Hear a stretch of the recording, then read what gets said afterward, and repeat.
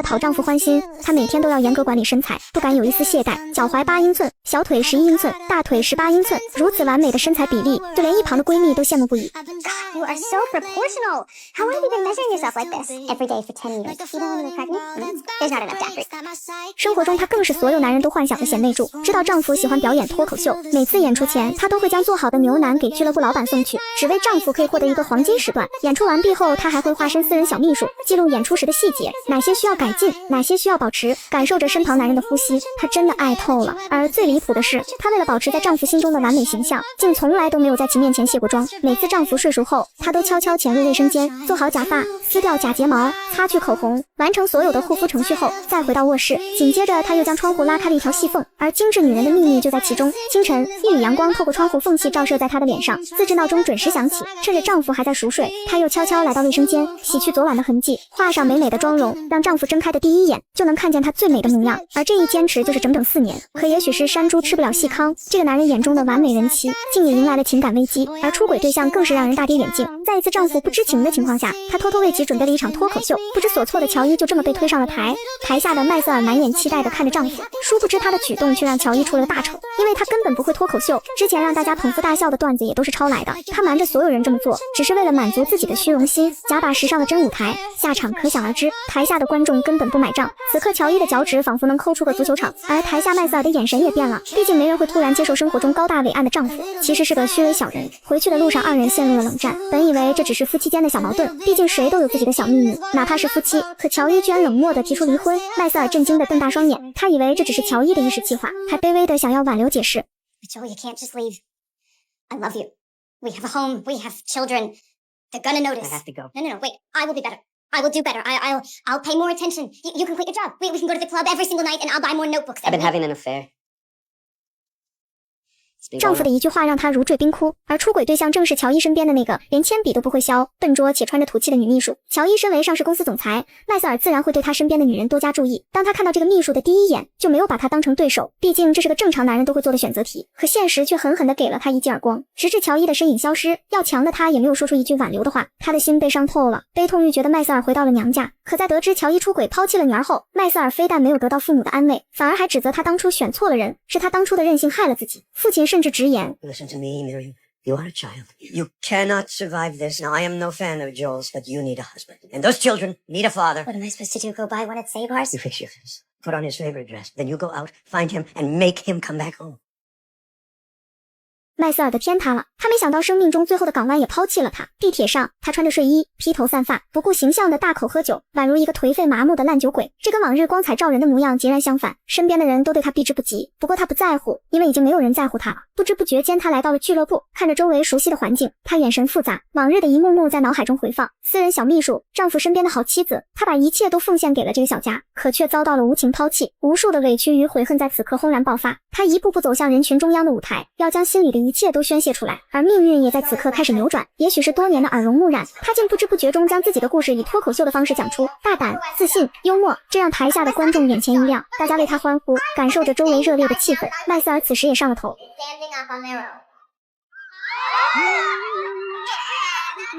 而这么做也只是女人的好胜心作祟。最后，由于公然猥亵和无证表演，警察将他抓了起来。同行的还有另一名脱口秀演员。可没想到的是，一个陌生人居然将他保释了出来。原来老梅也在之前的俱乐部，在看了麦瑟尔即兴发挥的表演后，他就知道这个女人是天生的喜剧家。他邀请其成为他的第1名脱口秀演员。可酒醒后的麦瑟尔已经恢复了理智。要知道，在50年代，女性成为一个合格的家庭主妇已经是社会的主流思想，而女人成为脱口秀演员简直闻所未闻。老梅的想法属实吓了他一跳，让他一时难以接受，索性直接拒绝。走出酒吧，麦瑟尔想打个的士回家，可一掏兜才发现丈夫离开时竟1分钱都没给她留，留下的只有手中的记录本。看着本子里的各种有趣段子，她突然有个大胆的想法，凭什么自己不能在舞台上绽放光彩呢？那里又不是男人的专利。索性麦瑟尔走进一家俱乐部，看着他们拙劣的表演，她发现自己好像也能站在上面，甚至比他们做得更好。充满信心的麦瑟尔决定这次要为自己而活。她又找到了老梅，表示自己愿意做一个脱口秀演员。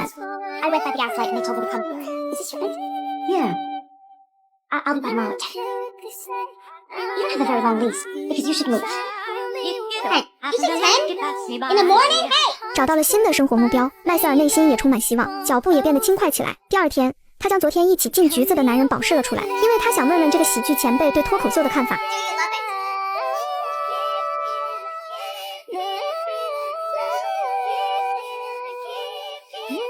Yeah, he loves it.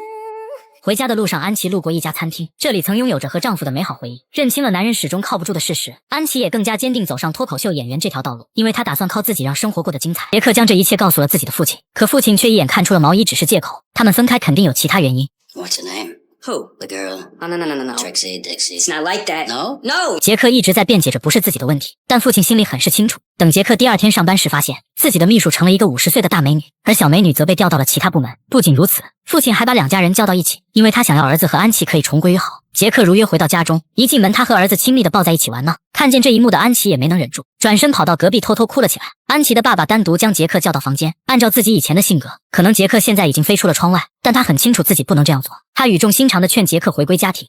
Where are you going to find a girl like Miriam again?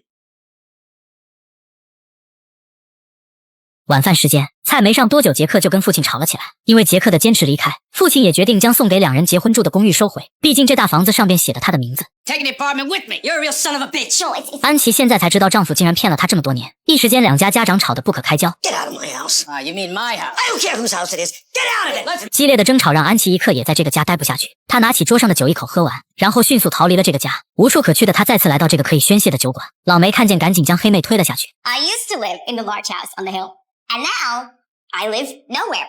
As of an hour ago, my address changed to, huh? 安琪出奇的表演再次引得全场哄堂大笑，她将自己所有的经历通过段子表现出来。讲到激动时，她爆起了粗口，有些观众甚至被她当场气走。 Tap the name on your deed.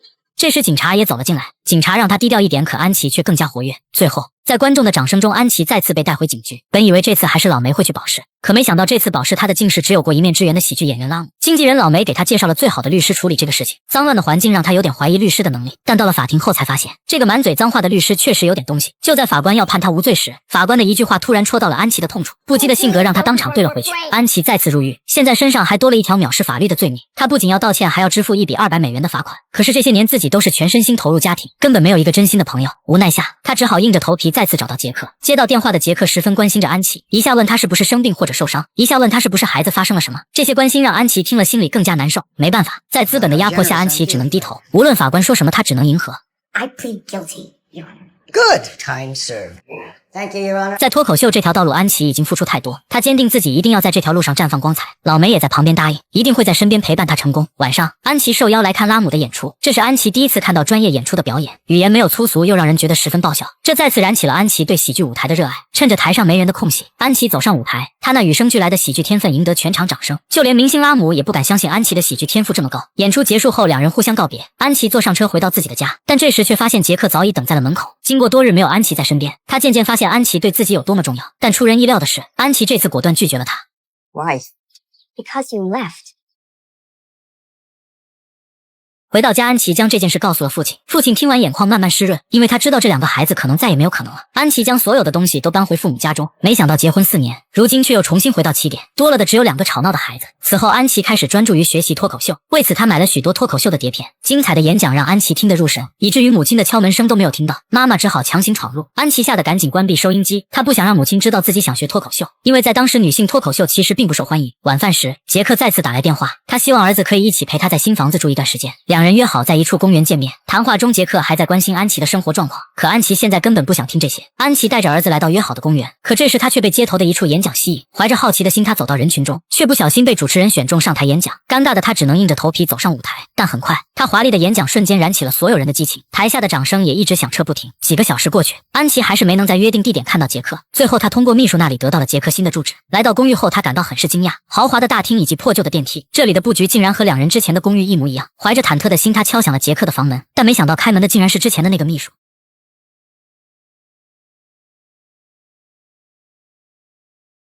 杰克看到安琪的到来，一脸紧张，不等他多说，安琪就直接走了进去。里面的布局让他大吃一惊，从外面的大厅到电梯再到家里的各种摆设，这些都是和两人之前的公寓一模一样。他无法接受眼前的这一切，明明昨天还想着和自己复合，现在却立马无缝衔接。 I came to you and I said, let's try again. You said no. Oh no, you don't get to rewrite it. You're the one who left, not me. I'm the good guy. You're the bad guy. 面对丈夫的倒打一耙，安琪也懒得跟他吵。回到家后，安琪越想越来气，果断脱下戒指，打算开启自己新的生活。没了牵绊，安琪很快进入工作状态。她会和老梅去参观各种演出风格，不管走到哪，安琪都会拿着本子记下每一个感悟。有时两人因为买不到票，他们甚至跑到厨房透过玻璃偷看。台上精彩的演讲让安琪羡慕不已。这一刻，她仿佛自己就站在这华丽的舞台上，绽放光彩。台下雷鸣般的掌声都是为她欢呼。但很快，老梅一把将她拉回了现实。老梅很欣赏安琪对这份职业的热爱，但只靠热爱是不够的。You just have to do it.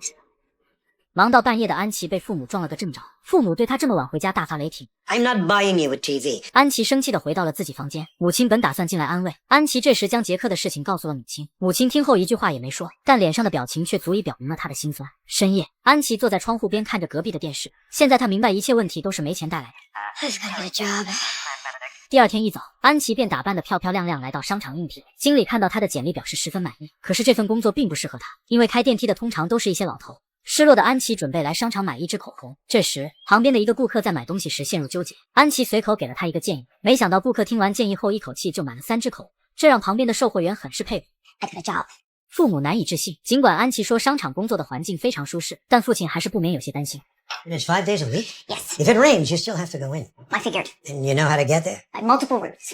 就这样，父亲足足提了9981个问题，但好在安琪对这些都能轻松回答，因为他知道现在自己必须坚强。刚上班的他就像当初刚毕业的我一样，每天对工作充满了激情。虽然一切都很陌生，但他却很快能够让自己融入进去。每天打卡营业，上班时他会服务好每一位顾客，下班后他也不忘不断学习产品知识。在他身上，我看到了有用不完的精力。回家后，他直接瘫在了沙发上，想着明天一定打死也不穿高跟鞋去上班了。晚上，安琪来到咖啡厅，他想要上台将今天发生的一切都分享出来。老梅说最好先演练一下，但安琪表示很有信心，自己一定能让观众爆笑如雷。然而正当他准备迎接观众雷鸣般的掌声时，台下的一片宁静让他开始紧张。适应不了的安琪将一切怪在了灯光身上。 You dim that? I mean, really, it's bright as shit. 随后灯光师直接将灯给关了。 Oh, now the audience can't see me at all. Doesn't matter. 安琪被观众提前轰下了台，现在的她还没意识到自己的演讲有多糟糕，直到老梅跟她说出了事实。 Directions to a fallout shelter get bombed. But I'm funny. Everybody bombs. 老梅告诉她，所有名人都是从冷场过来的，只有经历过一次次冷场，才会让自己变得更加强大。安琪回到家后，听着各种类型的脱口秀，想以这种方式来找到一个属于自己的风格，但找了一晚上，她还是没有找到。最后，她把希望放在了报纸的小广告上，果然，她找到了想要的答案。按照报纸上的地址，她找了这位喜剧演员鲍勃。安琪认真地向他虚心请教，鲍勃也给出了自己很多建议。最后，鲍勃看她骨骼惊奇，直接给她推荐了一本搞笑秘籍，并说只要用8块8买下它，那自己肯定就能在舞台上绽放光彩。为了梦想，安琪直接爽快地答应了。到了第二天，鲍勃将秘籍寄到了商场。安琪将它打开后，发现只是一堆小卡片，里面还有一根腌黄瓜。没搞懂状况的她给鲍勃打去电话，鲍勃告诉她直接带着卡片去演讲就行。很多有名的明星都是这样做的。晚上，安琪再次回到舞台，手拿秘籍的她充满信心，可演讲时发现里面的内容不仅没有笑点，甚至还有很多错的地方。安琪当场改起了文案，这一幕把老梅都看傻了。观众都是花钱找乐的，谁会想看她在台上修改文案呢？ Next comedian. You think you could do better, asshole? Probably. Oh, great. Then stand up and make them laugh. 男人直接站了起来，他随口一个段子就把观众逗得哈哈大笑。安琪感到备受打击， I quit.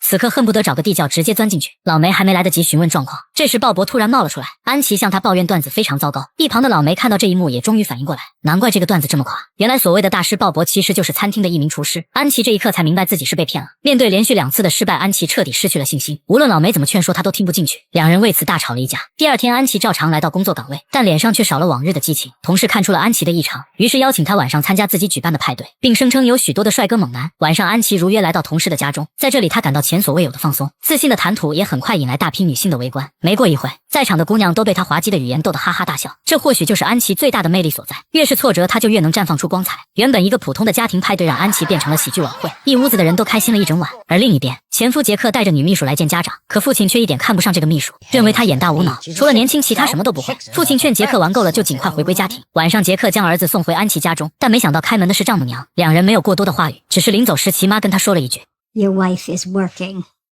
或许这一刻杰克内心有点内疚，在和女秘书看电影时，他望了望旁边的空座位，再看了看一旁的小秘书。这一刻我猜他终于后悔了。安琪一家正为父亲进入诺贝尔实验室庆祝，却刚好碰上了邻桌的前夫带着小秘书吃晚餐。安琪扭过头说没关系，继续吃吧，可家人却都在为他抱不平，菜还没吃一口就准备逃离这个地方。 Anyone with pockets, grab a roll. I'll get us a cab. 安琪正要离去时被杰克拦了下来，他对着安琪一个劲的道歉，说话间不经意拉住了妻子的手。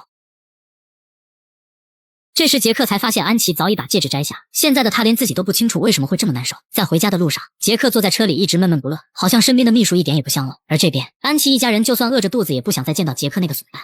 It's not going to last. What's not? Joel and that woman. I saw him check his watch. 郁闷的安琪和哥哥像小时候。